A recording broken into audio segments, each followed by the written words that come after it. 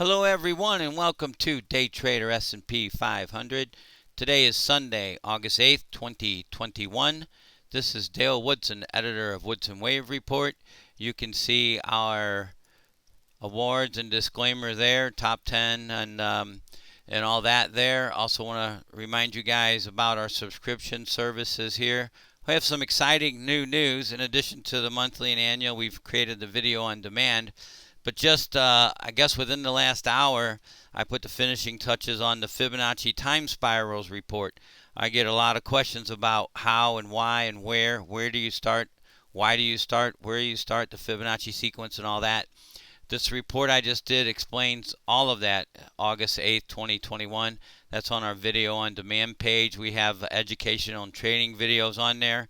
Trading a Fibonacci 786, trading after a wave 1 high, trading after a 5-wave advance, all kinds of things there. I want to let you guys know our YouTube 10% discount is good to the end of the month. You get a 10% discount on everything. And that includes, like, the monthly subscription is $144 a month. You get 10% off every month, okay? All that stuff there. It's throughout the subscription. And we have our contest, guess the closing price of the S&P every month. Need to enter by the 10th, which is a couple of days away. Winners receive free subscription to everything that we offer. Okay, I wanted to get into the S&P and the U.S. 10-year and gold and Tesla today. Got a little bit of a hoarse voice, so I hope I can make it through. Let's see. I wanted to touch base with. Also, thank you guys for subscribing to the channel. Remember to hit the reminder bell, and don't forget to hit the like button, share, and all that other stuff. We appreciate your patronage to the channel. I want to see if I have something else here. Oh, I want to let you guys know, there's a couple people out there say you're wrong and all this, whether I'm right or not. But all along, I've been putting out the bull and bear case and giving the make or break for each one. The make or break for the bearish case has been for quite a while a break below the 719 low of 42.33. We have not received that yet, okay?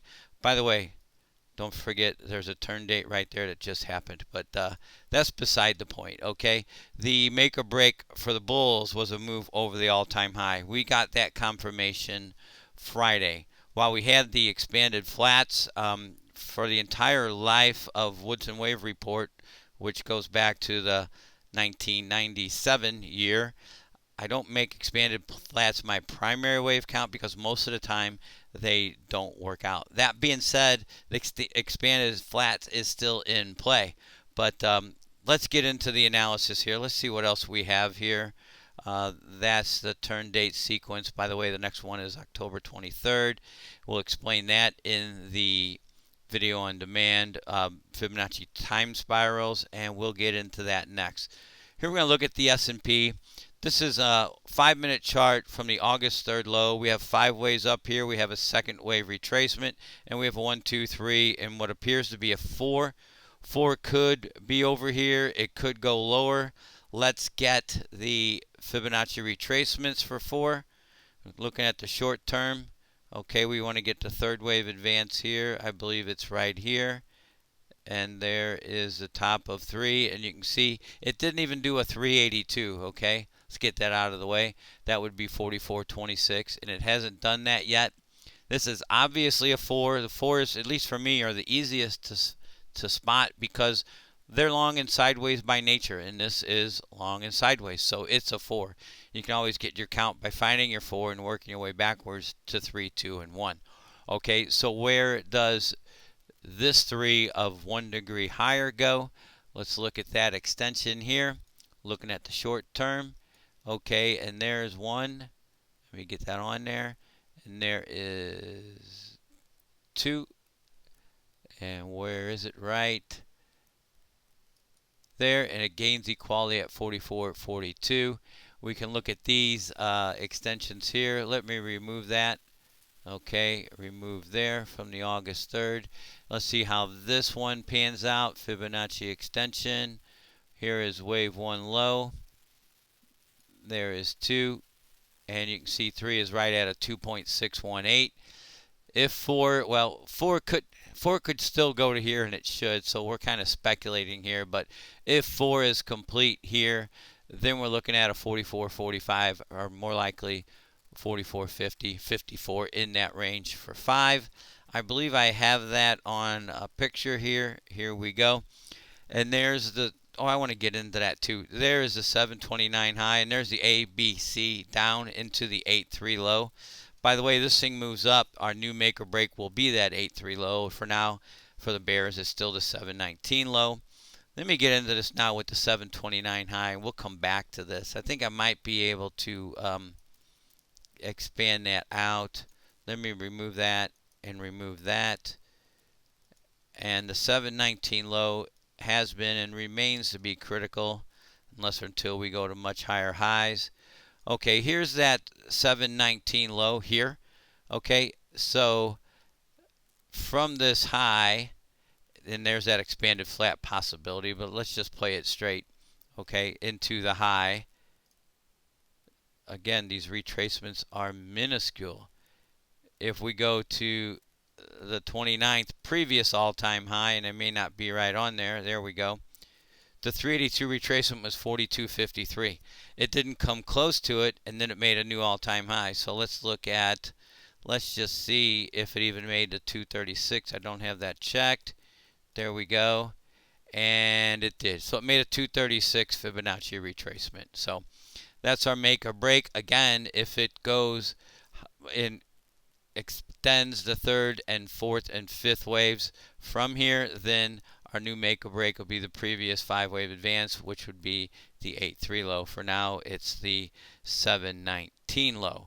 And we got confirmation of the bull count with the move up on Friday the 6th. Okay.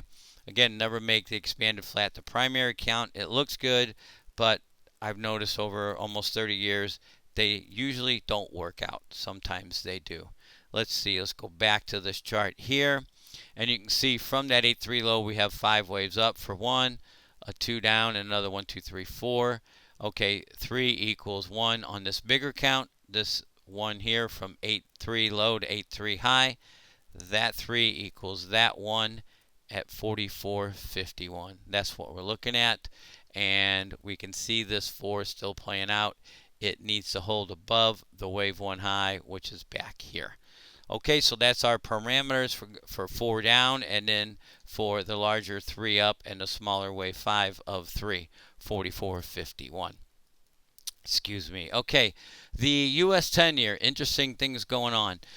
This March 2020 low was the end of a 39-year bear market in rates, and the bull market started. This is a daily chart. You can see we have a 1 up and a 2 down. 3 is extending. We have a 1, 2, 3, and here are the 4th wave excuse me, targets. You can see it hit right off that 50% retracement twice, and then zoomed up. It could still go down to the 618, which is just under 1%. Okay, but it appears that it bottomed right there, and it's moving up. So all those people who were saying interest rates, don't worry, they're coming down, well, guess what? The wave looks like it just ended. Okay, again, allow for a move down to the 618 at 0.9888, even though it's not required. The 50% does fine.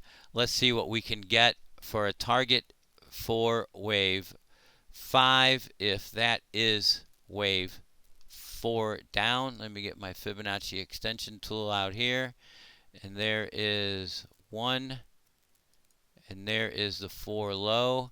You can see we're looking at 1.92%. We get a double top right around 1. Well, that's the 1.272. I had that in there for the expanded flats, but we're looking at a 1.92%. Ultimately for wave 5 up, then we'll get a pullback from there. So that looks like a pretty significant move off of that 50% retracement. That should be the make or break until and unless 618, which is right near the wave 1 high. 4 low cannot go below the wave 1 high. In this case, the wave 1 high is 0.986.